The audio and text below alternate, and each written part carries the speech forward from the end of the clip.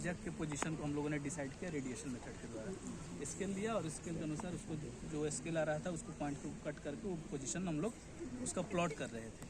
आज हम लोग इंटरसेक्शन मेथड किया।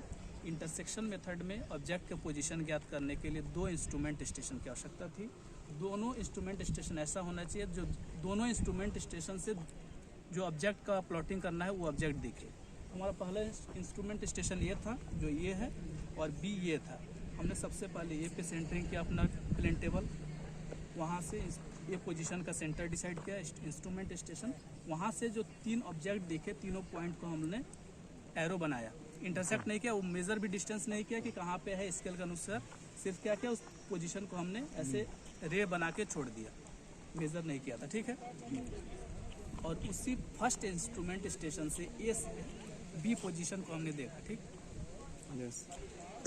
और स्केल के माध्यम से इस पोजीशन का एक लाइन खींचा और चेन लाइन के द्वारा दर्शाया, ठीक। तो ये जो दूरी है इसको हम लोग बेस लाइन कहते हैं और ये चेन लाइन से हम लोग दर्शाते हैं। एक बात कंप्लीट। ये से बी में इंस्ट्रूमेंट लाए हमने, इंस्ट्रूमेंट का पोजीशन चेंज हो गया, नॉट इधर उधर हिल गया था, है कि नहीं। इसको ढीला करो तो।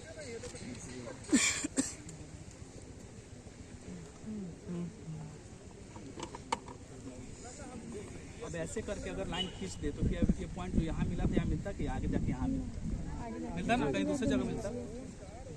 हम पता नहीं, उठा के लेके आए एकदम एग्जैक्ट उसी के पैरेलल। हमने इस पोजीशन को सेट करने के लिए क्या किया, ये जो लाइन पहले से खींचा था, अगर यहाँ से तुम एक लाइन खींच रहे हो, यहाँ से ये बिंदु देख रहे हो, यहाँ से देख लिए ये बिंदु, और इस बिंदु से फिर वहाँ पे इस बिंदु को देख एक लाइन मिला देंगे तो हो जाएगा ना उसके अनुसार से। तो ये इंस्ट्रूमेंट यहाँ जैसे रखना हुआ था सेम डायरेक्शन में यहाँ भी रखना था, इसलिए बी में आके इंस्ट्रूमेंट को हमने सेट कर दिया। और इस पोजीशन से पहले वाले पोजीशन को हमने देखा, एक लाइन मिलाया और उसी लाइन के अनुरूप हमने इसको टेबल को हिला के सेट किया।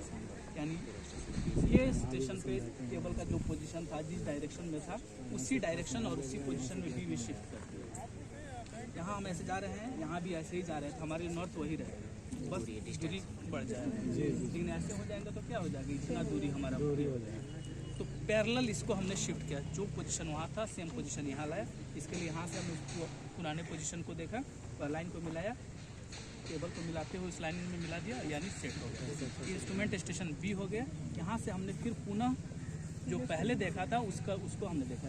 ये बात क्यों बोले सर ने अभी एग्जाम्पल दिया, बीच में कोई नदी है तो नदी में आप मेज़र नहीं कर सकते हैं, लेकिन यहाँ से हमने फिर देखा और यहाँ से जब देखा इंटरसेक्ट किया, यहाँ इंटरसेक्ट किया, यहाँ इंटरसेक्ट किया। अब बीच में नदी है, इसको मेज़र नहीं कर सकते हैं, लेकिन यहाँ से मेज़र करोगे और यहाँ से मेज़र करोगे तो ग्राउंड डिस्टेंस सेम आता है। यहाँ से हमने एक इंटरसेक्ट करा, ये इंटरसेक्ट, ये इंटरसेक्ट। तो ये जो इंटरसेक्ट पॉइंट है यही ऑब्जेक्ट का रियल पोजीशन है ग्राउंड में। और ये डिस्टेंस अब जो मेज़र करेंगे और स्केल से जो आ रहा है और ग्राउंड में भी लोग मेज़र करके देखा सेम आ रहा है। ये इंटरसेक्शन मेथड का क्या विशेषता है, इसको ग्राउंड में हम टेप से बिना मेज़र किए प्लॉटिंग के बाद उसका एक्चुअल डिस्टेंस ज्ञात कर सकते हैं। अभी तक किसी कोई डाउट? आप लोग किसी को अगर मन करेगा उसको उस लाइन को कैसे बोलेंगे, इसको ये सब लाइन को इधर वाले ये सब रेडिएशन लाइन है। बस उस लाइन को मिलाने के लिए रेडिएशन के द्वारा लाइन मिला रहे हैं। फिर भी किसी को डाउट है, अगर मन करे कि हम आके करें ग्राउंड में, चार्ट पेपर लाइएगा, 10-15 लोग का 20 लोग का ग्रुप बनाइएगा, ग्राउंड इशू टेबल इशू करा के आके ग्राउंड में बना कर इसको फिर मैप में बना सकते हो, या फिर इसी में प्लेन टेबल सर्वे लेके आपका रोल नंबर लिख के डायरेक्ट लेके जमा कर सकते हो। अपना बनाओगे तो ट्रेसिंग करने की आवश्यकता नहीं।